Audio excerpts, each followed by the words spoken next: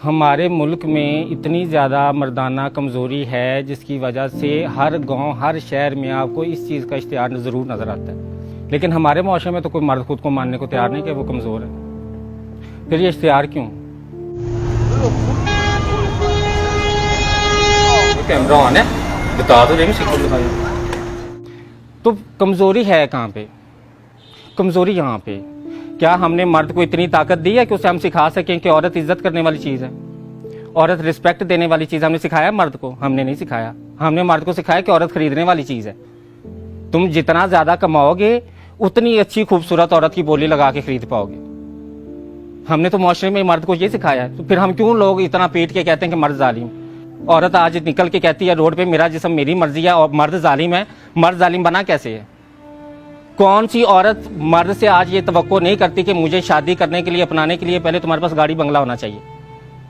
अगर कोई मर्द कहे कि मैं सच्ची नीयत वाला हूं, मैं मुखलिस हूं, मैं तुम्हारे साथ वफादार रहूंगा, मुझसे शादी कर लो, मेरे पास पैसे नहीं, कोई औरत करेगी उससे शादी? उस औरत को हक है फिर ये कहने का कि भाई मर्द जालिम है? औरत खुद जालिम है। औरत ने मर्द पे जुल्म किया हुआ है और वो इस जुल्म को मानती नहीं। मर्द इतना ज्यादा मर्द मजबूर हो गया कि अब तो हमें ये सुनने को मिलता है कि अब तो ज्यादातर खुसरे जो होते हैं ना वो नकली आ गए, वो तो कुछ लड़के खुसरे बने हैं। हम डूब के नहीं मरते ये बात करते, वो कैसे नकली खुसरे बने हैं? मुआशरे का इतना बड़ा तबका नकली खुसरे बन रहा है, उसे कौन रोकने वाला है? कोई नहीं, क्यों नहीं उसकी कोई जड़ ढूंढ रहा कि भाई ये कहां से बनना शुरू हो गए? हमने मर्द को मर्द रहने नहीं दिया। हमने मर्द को सिखाया कि तुम तमाशबीन हो, तुमने पैदा होना है तो तुमने औरत को या बेचना है या खरीदना है। बहन बेचनी है और बीवी खरीदनी है। उसके लिए तुम्हें पैसे चाहिए बहुत ज्यादा। जितने ज्यादा पैसे होंगे उतना अच्छा माल तुम खरीद सकोगे। ये सिखाने के बाद फिर मर्द से हम किस चीज की तवक्को कर रहे हैं कि वो अच्छा मर्द बन के रहे सोसाइटी में? वो अच्छा मर्द नहीं बनेगा, वो इससे भी मजीद जालिम बनेगा। पाकिस्तान में 100 में से 60% नौजवान नस्ल है।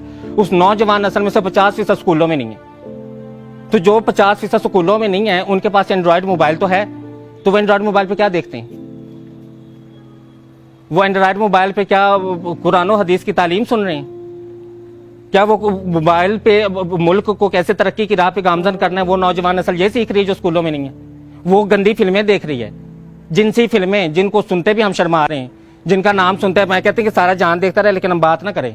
ऐसे ऐसे हम मुंह छुपाते हैं एक दूसरे से। क्यों? हमने अपने नौजवान नस्ल में मुआशरे को ना तो तालीम दी है ना ही उसे तरबियत दी है। तरबियत को लफ्ज़ हमें नहीं ना पता क्या है। हमने तो अफसर बनना सिखाया है। हमने बच्चे को शुरू से कहा कि तुम्हारे इम्तिहान में नंबर अच्छे नहीं चाहिए, चाहे बूटी लगा के आए, चाहे नकल करके आए, चाहे जिस तरह भी आए, तुम्हारे 100 में से 100 नंबर आए और तुम कल को बस CSS करके कोई अफसर बन जाओ और अफसर बन के तुम्हारी जिंदगी सेट है। तुम्हें ना अच्छा इंसान बनने की जरूरत है, ना तुम्हें इज्जत की जरूरत है, ना तुम्हें औरत की इज्जत करने की जरूरत है। अपनी इज्जत का तो मर्द को पता ही नहीं है। मर्द ने तो अपनी इज्जत पे कभी सवाल ही नहीं उठाया कि नहीं यार मेरी भी इज्जत। हजरत यूसुफ का किस्सा सुनाती हूँ आप। जुलेखा ने रोका, जिनसी अमल के लिए झिपटी।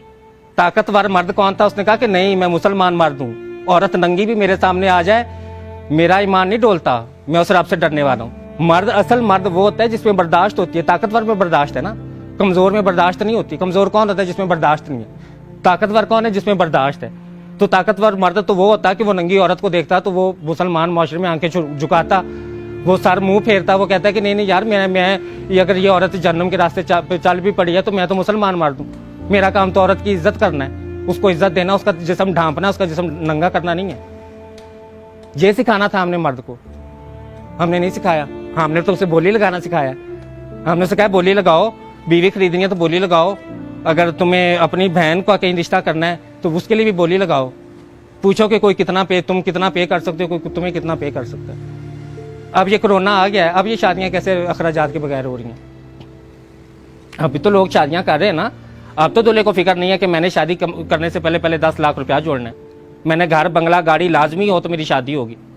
तो जब घर गाड़ी बंगला औरत देखती है ना, जब औरत मांगती है कि भाई मैं शादी करने के लिए घर बंगला गाड़ी मांगती हूँ, तो फिर जारी बात है मर्द भी बोली लगाता है। तो हम बेचने खरीदने का काम कर रहे हैं। हमें सिखाना पड़ेगा कि रिश्ता क्या है, शादी क्या है, निकाह क्या है, 3 कलमे पढ़ने का मतलब क्या है, कौन सा ये रस्म कहाँ से आई है? मुझे ये बता दें कि इस्लाम में, तो मुझे ये पूरे इस्लाम में ये रस्म नजर नहीं आती कि भाई दूल्हे को शादी के लिए जो है वो एक घर गाड़ी बंगला लाजमी होना चाहिए, सोशल सिक्योरिटी होनी चाहिए, फ्यूचर सिक्योरिटी होनी चाहिए।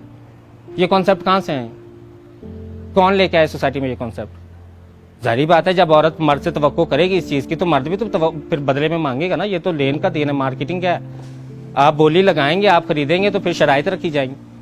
फिर जब आप दूल्हे को कहेंगे कि भाई तुम्हें शादी करने से पहले घर गाड़ी बंगला खरीदना है, तो फिर वो कहेगा भाई घर गाड़ी बंगला खरीदना है तो फिर मुझे इस नक्शे की औरत भी चाहिए। औरत ने क्या की, औरत फिर मेडिकल क्लिनिक्स किस लिए खुले कि वो उस नक्शे की औरत बनाने के लिए, कि इनको काटो, इनका पेट काटो, इनकी छातियां काटो, इनके चेहरे काटो, प्लास्टिक सर्जरी के नाम पे काट काट के इनको पेश करो मार्केट। इस ट्रेंड में आज हम जिंदगी गुजारे। आज उस पेट काटने का नाम हमने लेपोथेरेपी रखा हुआ है। हम चेहरा काटते हैं तो उसका नाम हमने जो है वो प्लास्टिक सर्जरी रखा हुआ है। हम छाती काटते हैं तो हमने उसका नाम सिलिकॉन सर्जरी रखा हुआ है। हमने तो नाम बदल के तो उनको बड़ा ग्लोरीफाई किया हुआ है ना। उनके नाम ऐसे ग्लोरीफाई करके रखे हुए कि कोई ये महसूस ना करे कि मैं जिंदा जान अपना पेट कटवाने लगा हूँ। ये किसी को महसूस ना हो, सबको ये महसूस हो कि मैं लेपोथेरेपी करा रहा हूँ, मैं पता नहीं हुसन का शहजादा बनने लगा हूँ। हमारे वक्त में तो फिर भी जो मर्द होता था ना, जब जवान होता था तो मेरे नानी दादी जो थी वो देसी घी की खुराकें बनाती थी, वो मुझे नहीं बनाती थी कि नहीं बच्चा जवान हो गया उसको ये खुराक खिलानी। आजकल बच्चे क्या कर रहे हैं, आजकल जो स्टीरॉयड का टीका है, जहर है, वो जिस्म में लगा रहे हैं जवान बच्चा। ना उनकी ज़हनी हालत ठीक रही, ना उनकी जिनसी हालत ठीक रही। और बच्चे पैदा करने का मतलब ये कतई नहीं है कि आप जिनसी तौर पे मजबूत और ताकतवर हैं। बच्चे पैदा होते हैं अल्लाह के अमर से। अगर आप औरत को जिनसी तस्कीन दे रहे हैं तो फिर आप ताकतवर मर्द हैं जिसको मर्दाना कमजोरी नहीं है।